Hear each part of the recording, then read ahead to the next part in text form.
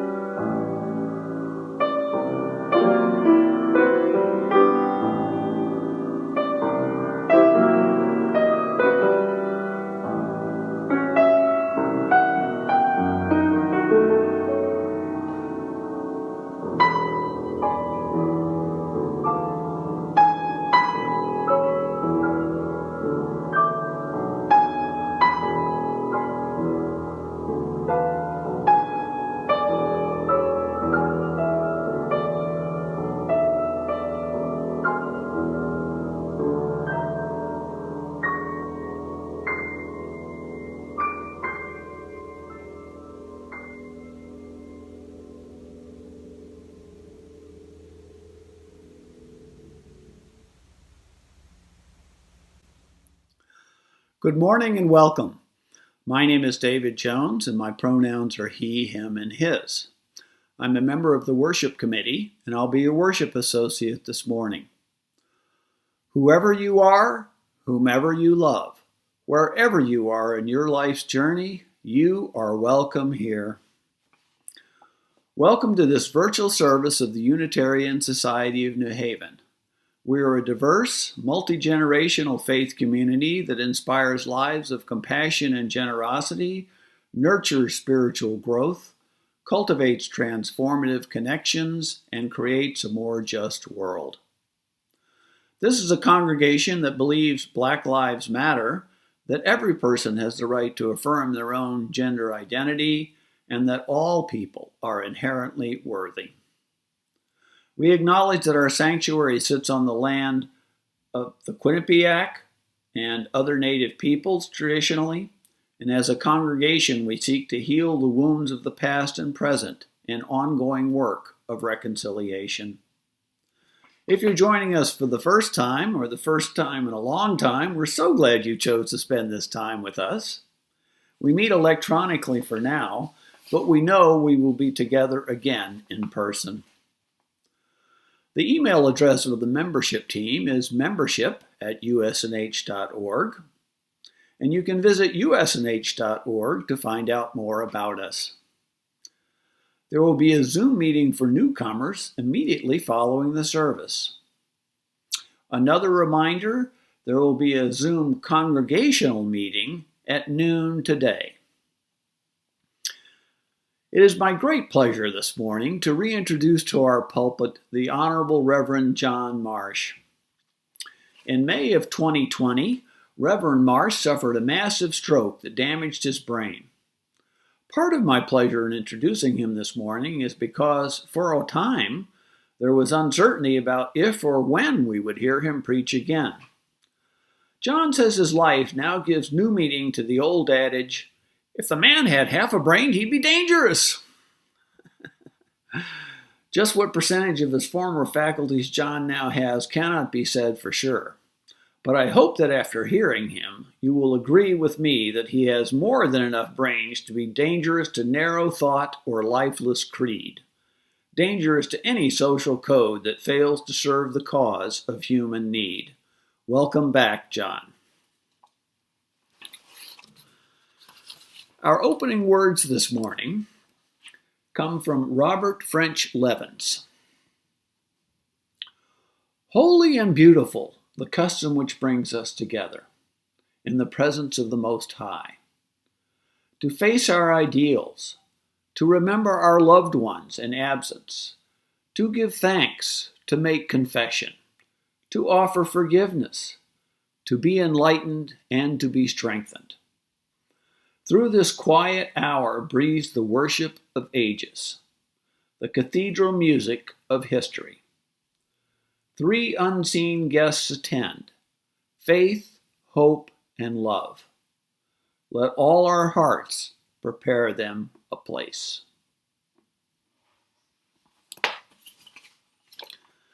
Our chalice lighting this morning is by Albert Schweitzer.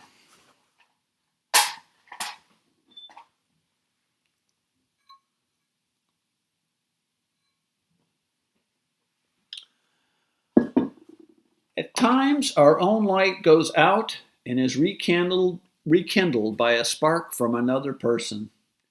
Each of us has cause to think with deep gratitude of those who have lighted the flame within us.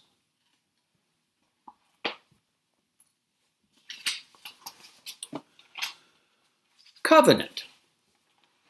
Covenant lies at the center of how Unitarian Universalists gather in community. We are united not by a particular set of beliefs, but by the promises we make about how we will be together, how we will treat each other, and how we will seek to mend relationships when we fall short of our aspirations. While the following words express our intentions in writing, our true covenant lives and breathes in our actions.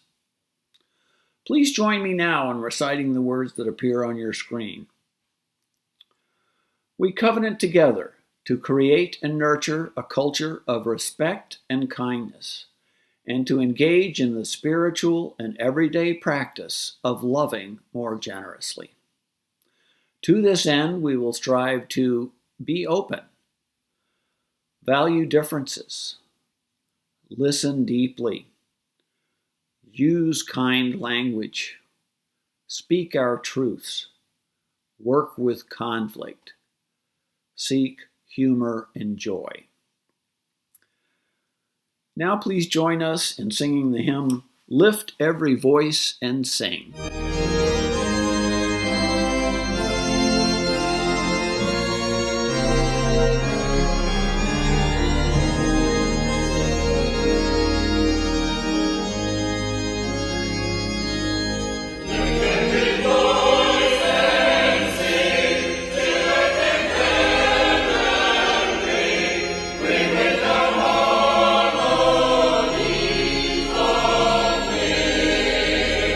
Liberty.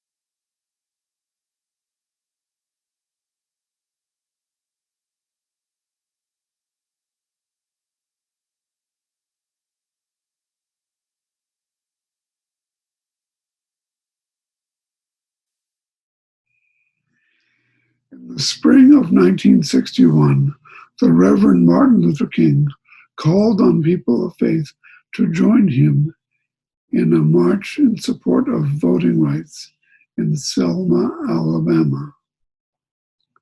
Among the hundreds of Unitarian Universalists who answered the call was my friend and colleague, the Reverend Gordon Gibson. I've asked Gordon to share some reflections on his experience at that march, as well as on the tragedy of lives that were cut short there. A memorial triptych is now housed at the Unitarian Universalist headquarters in Boston, Massachusetts.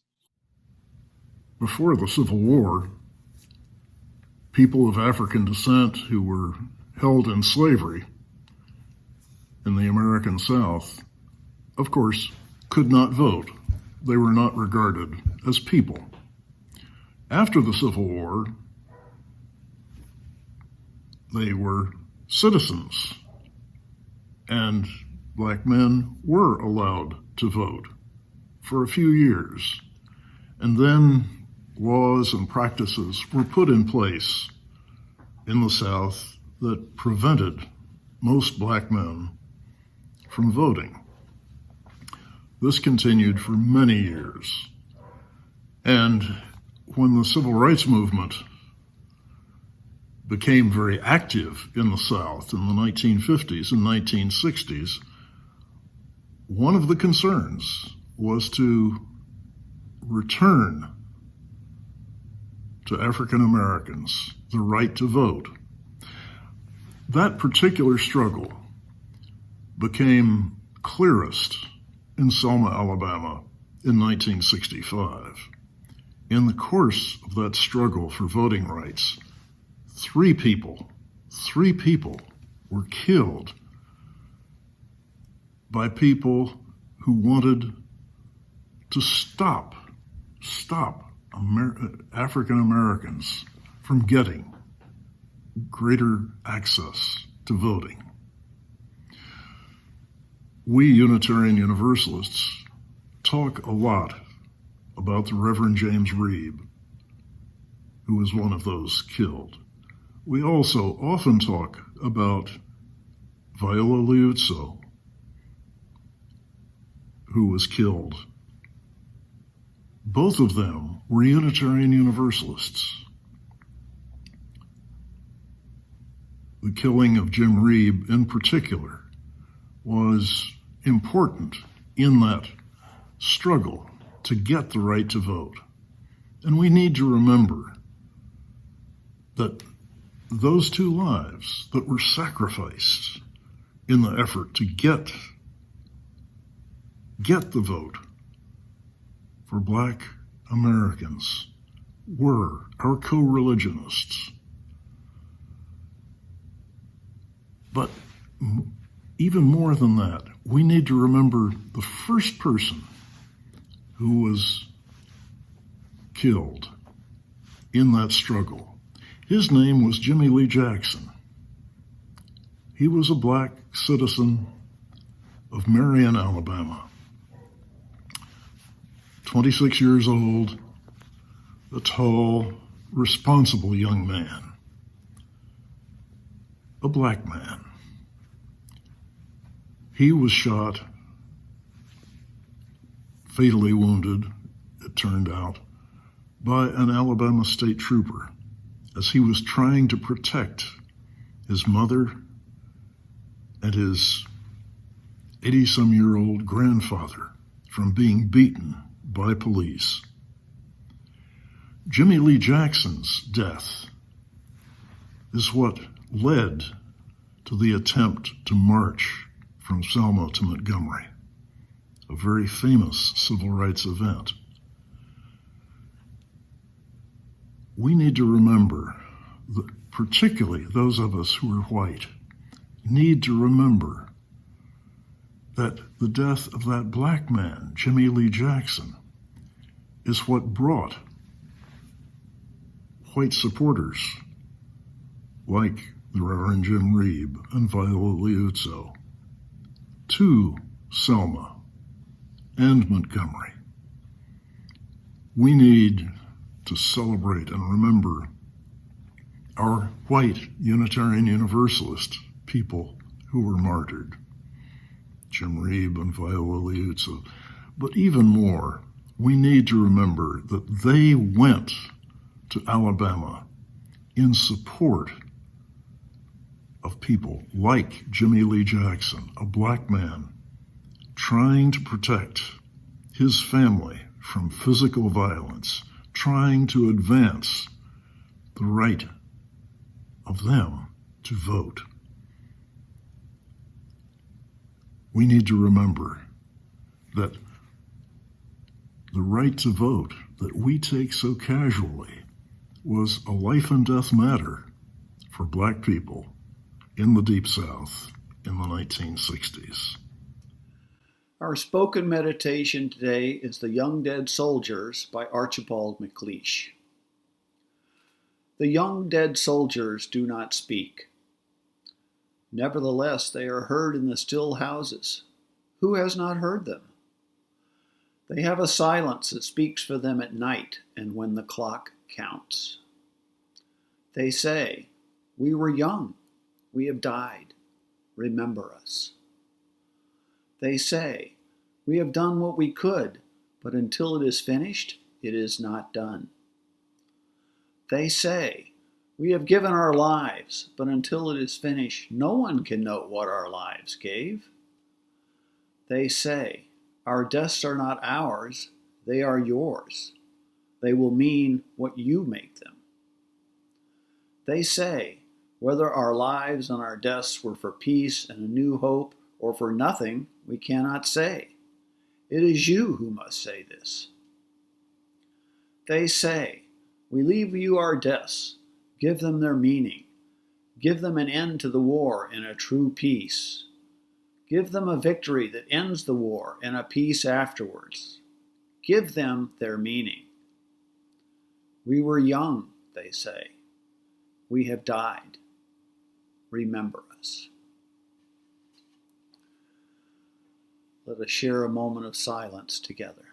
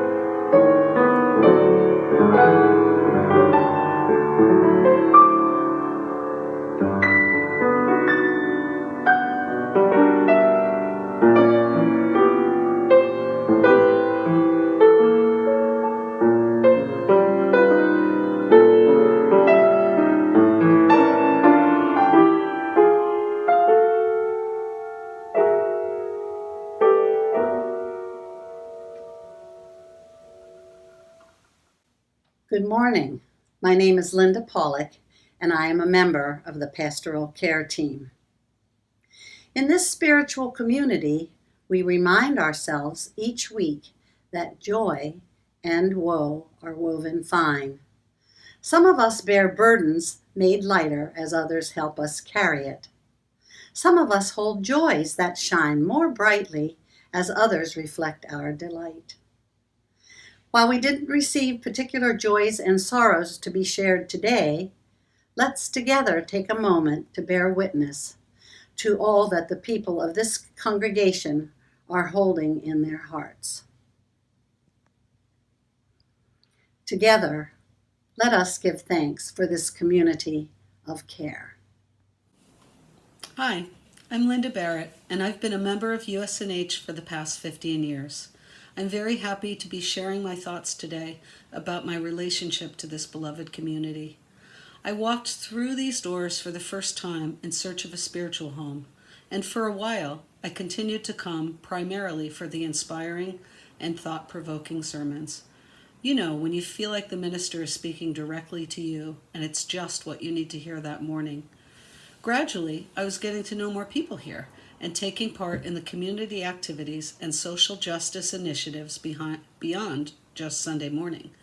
I began to realize that my new spiritual home, with its awe-inspiring messages from the pulpit, held the promise of so much more. I found a community of people who share my fundamental beliefs about how to live a life of giving and contributing to the greater good. I really love the stewardship theme this year, living our values every day, because that is exactly what happens when we come together in this covenantal relationship. We are kindred souls sharing in our commitment to create a better world, first by the commitment we make around how we treat each other here, and then by the way we send our gifts of support out into the world. And then, of course, the theme's acronym is LOVED, a perfect word to describe the way I feel. Nourished, accepted, and really heard through moments of joy, fear, uncertainty, and grief. I've celebrated promising beginnings with this community, as well as heart-wrenching sorrow, and each time felt embraced and, yes, loved.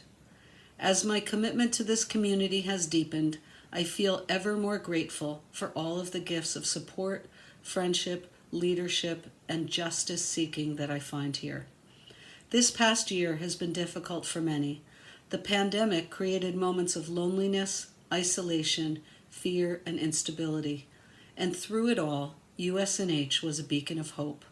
I am grateful for the steadfast work of all who came together to create such meaningful online services and activities to sustain our connection, though we have been physically apart.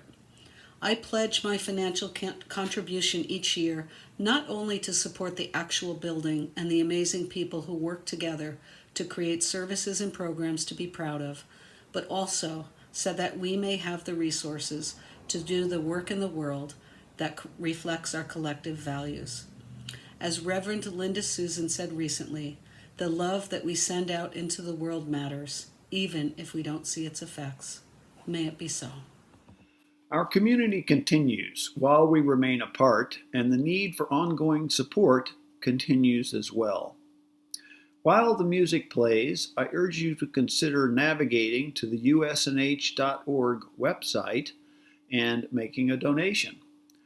Donations can also be sent by U.S. mail to the Unitarian Society of New Haven, or USNH for short, at 700 Hartford Turnpike, Hamden, Connecticut, 06517. The offering will now be gratefully received.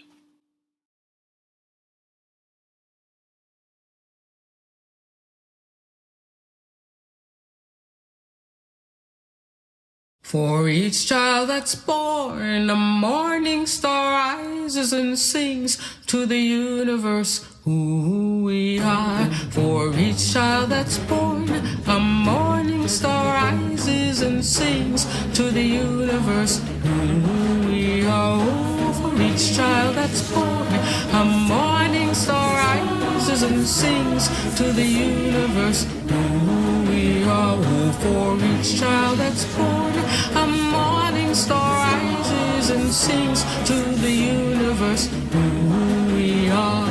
We are our grandmother's prayers, and we are our grandfather's dreamings, and we are the breath of our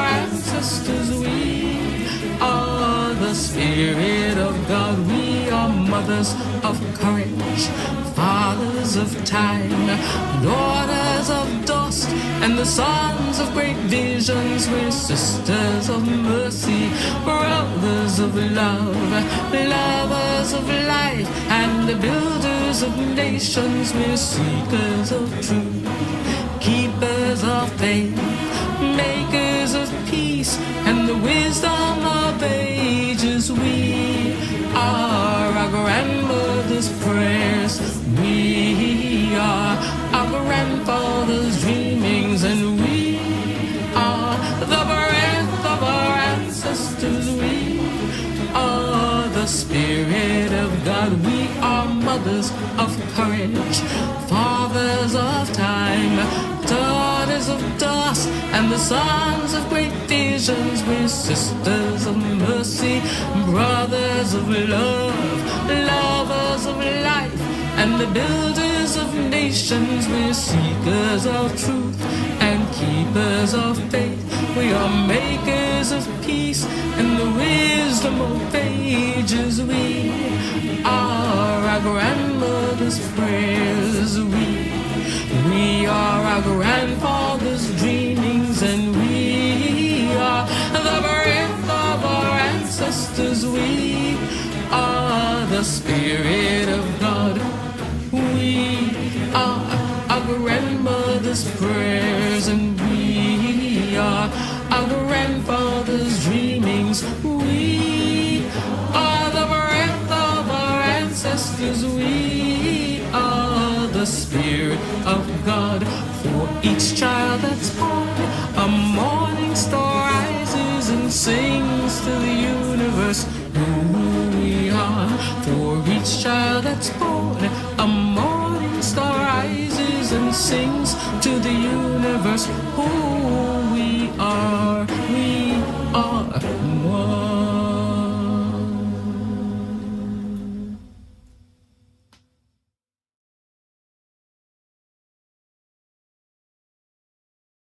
We are our grandmother's prayers, and we are our grandfather's dreamings, and we are the breath of our ancestors. We are the Spirit of God. We are mothers of courage. Good morning. Reverend John Marsh has been working tirelessly to prepare today's worship for several months. Just yesterday, as he was preparing to record, a minor medical issue arose. Don't worry, he's fine. And I volunteered to deliver the words of his sermon to you. Some religious traditions have at their center the story of a divine revelation from God, such as Moses receiving a set of commandments about human behavior, or God appearing in the form of Jesus and delivering a series of teachings. Some believers summarize such an attitude in the bumper sticker, "God said it, I believe it, that settles it." Unitarian Universalists take a different approach. If we were to summarize this approach in a longer bumper sticker, it might read, "I believe it, let's talk about it, maybe someday we'll vote on it." Our tradition rests not on a divine revelation, but a set of principles arrived at by flawed human beings through a democratic process.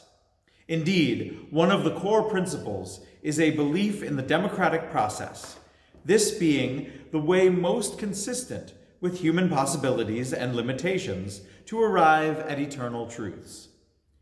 We are now in the midst of a discussion to add a core principle, citing our need to work to dismantle racism within ourselves and in our larger society. In my sermon this morning, I hope to show that while this principle is a new one, the work of dismantling racism has been an integral part of our movement's history for the last 300 years. Some Unitarian Universalists have bumper stickers on our cars that read, "The most radical thing we can do is introduce people to each other." I agree, but see it as more of a beginning than an end point, and also limited by one's time and place in history. In the 1960s, it seemed that the most radical thing many could do was to respond to Martin Luther King's call to join him on a march in Selma. And as Gordon Gibson has explained, some Unitarian Universalists did just that. In the 1860s, it seems the most radical thing that could be done was to put rifles and cannons in the hands of black men and train them to shoot at white men in Confederate uniforms. And I will tell some of the stories in my sermon of Unitarians who did just that. Who knew that in 2021, Americans would be dragging out flags from the 1860s to express our feelings about current political events?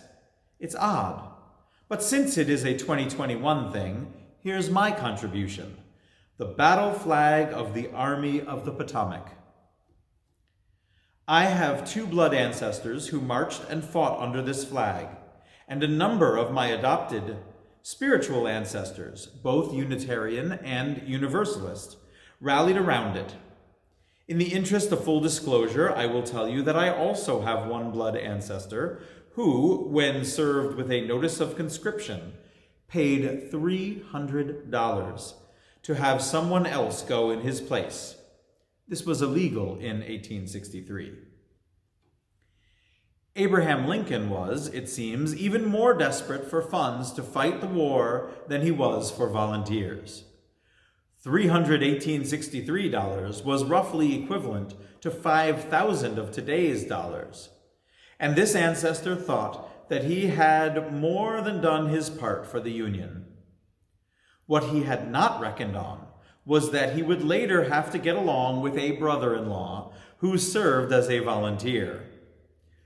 According to family lore, the two men made life awkward for anyone who sat between them at Thanksgiving dinners for decades after the war was over. All was mostly smoothed over by the time I was born in 1955, although not entirely forgotten, as is evidenced by my grandmother Marcia's sharing of this story with me, as she reviewed some of our family's history of military involvement. I think the lessons my grandmother intended to impart were: conflict in families is a natural part of life and to be expected. Yet family is still all important, and within our family, military service was an honored tradition, but not necessarily a requirement. So what is required of us as people is that we take up and examine the various strands of history of which we are the rightful inheritors. As our reading said, some who went before us gave their lives, but until we make up our minds, no one can say what those lives mean. So I would like to spend some of our time this Sunday morning reviewing some of these stories. Some of these stories involve bloody carnage, but let's begin instead with a pleasant romance. John Albion Andrew first set eyes on Eliza Jane Hershey at an anti-slavery fair where she appeared in tableau, a group of people posing as if in a painting.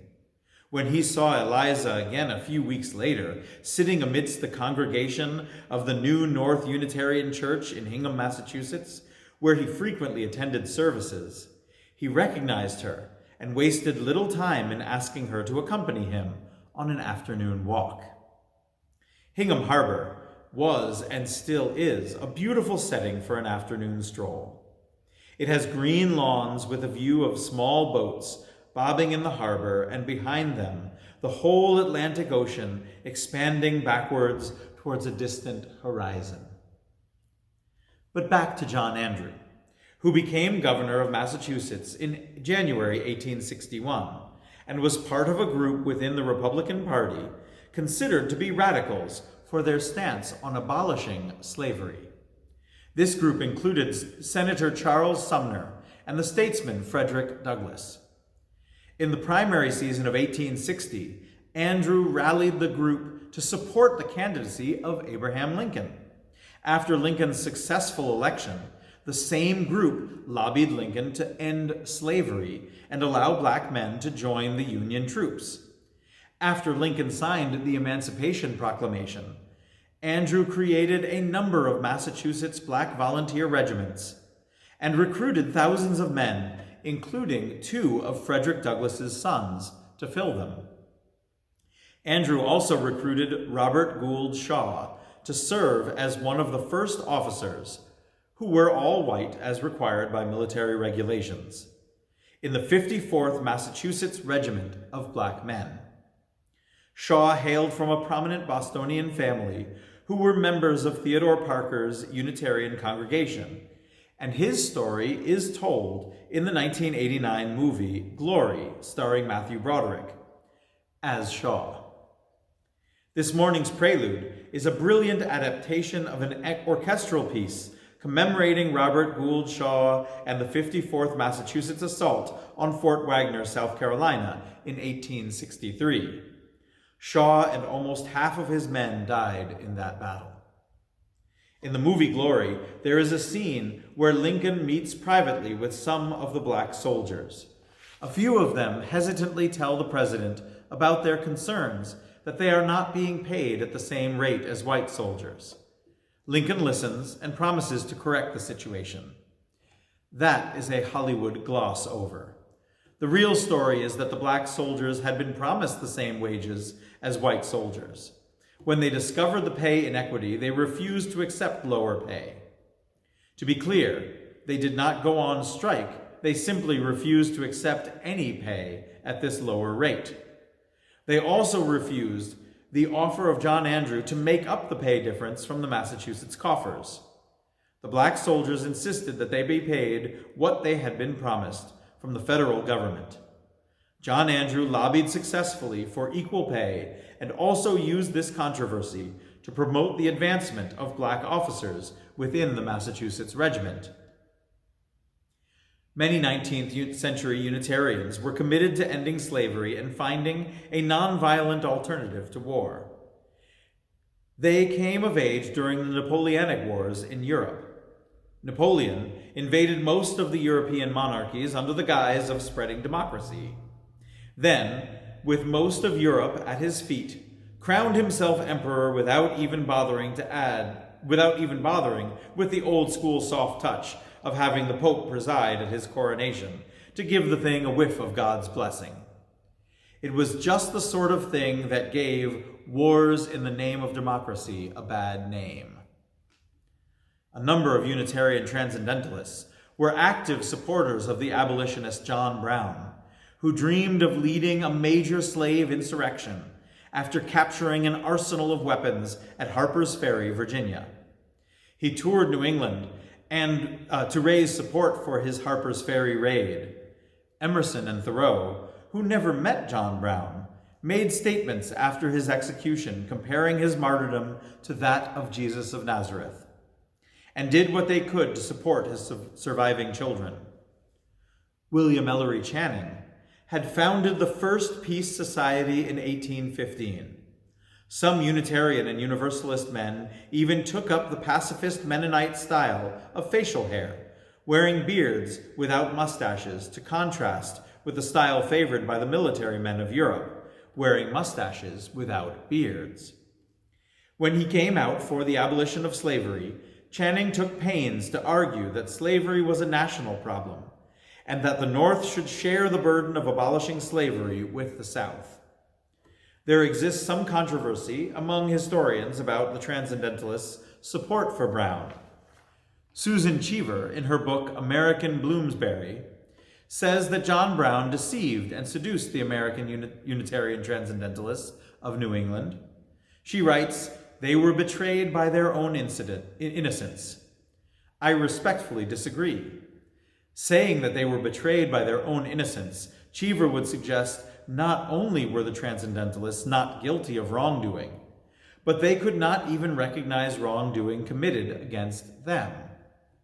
I believe they were well aware of wrongdoing committed against them. They had raised money to send neighbors to Kansas to vote to have Kansas enter the Union as a free state, only to learn that some of these friends were murdered by pro-slavery ruffians from Missouri. The New Englanders were feeling helpless and desperate when John Brown arose on the scene to take revenge on the Missourian ruffians. John Brown may not have shared the details of his plans to raid Harper's Ferry when he visited the Transcendentalists and asked for their support, but they knew what kind of man they were dealing with.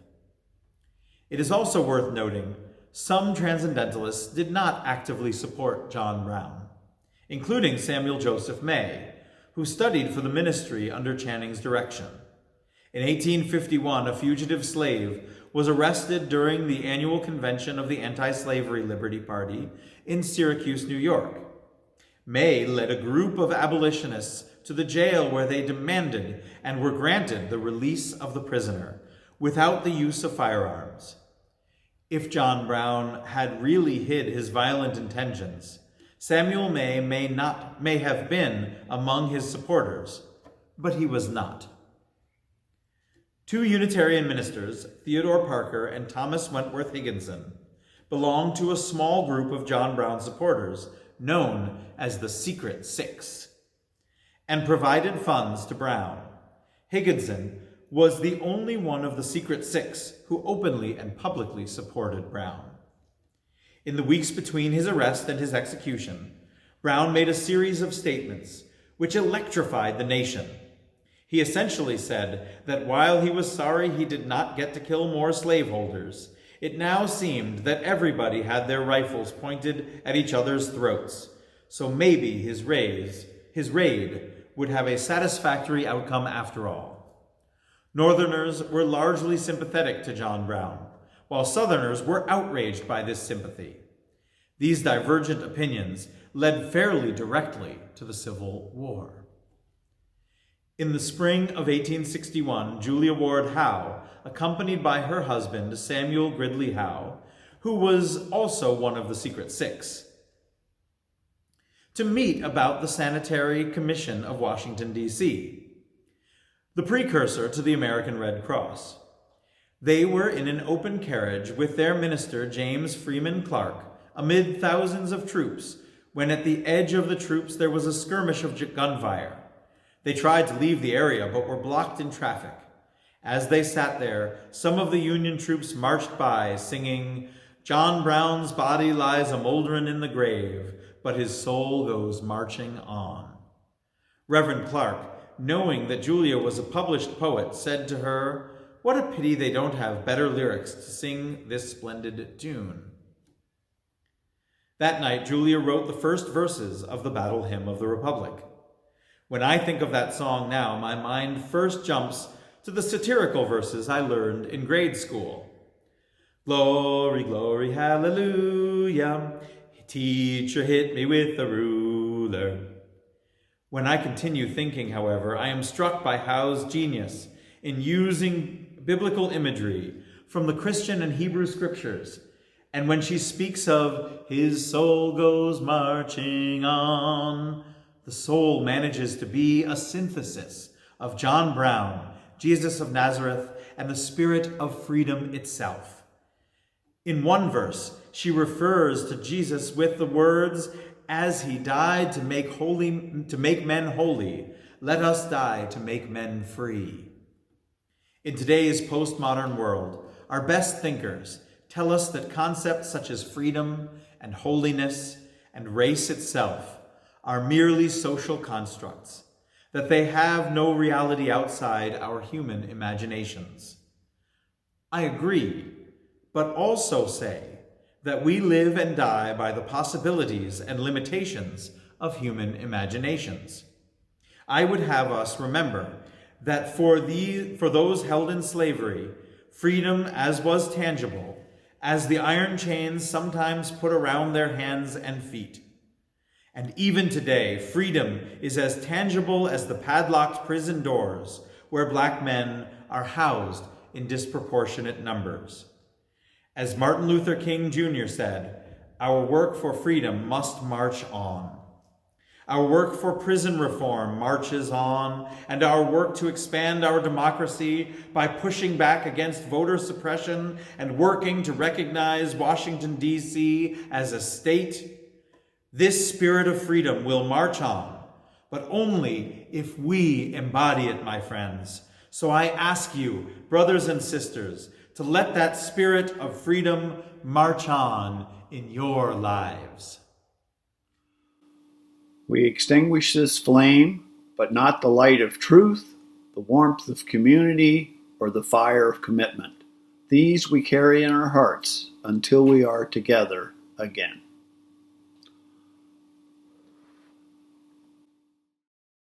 The words of our benediction are by William Ernest Hawking. The courage to belong.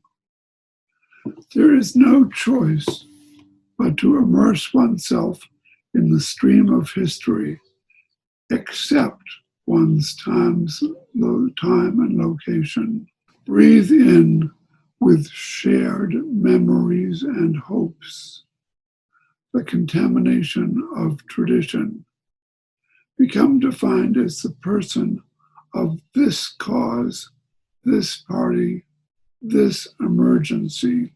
Failure to accept responsibility, refusal to take stands on vital issues, as one must reject the false tags of the ties of a true belonging. These are denials of life. They are, in fact, deeds of death. To understand the times in which we live, to add our weight to the scales on the side of solidarity and equality with invalid difference. This is life with shape and character, the one eternity worth having. Blessed be.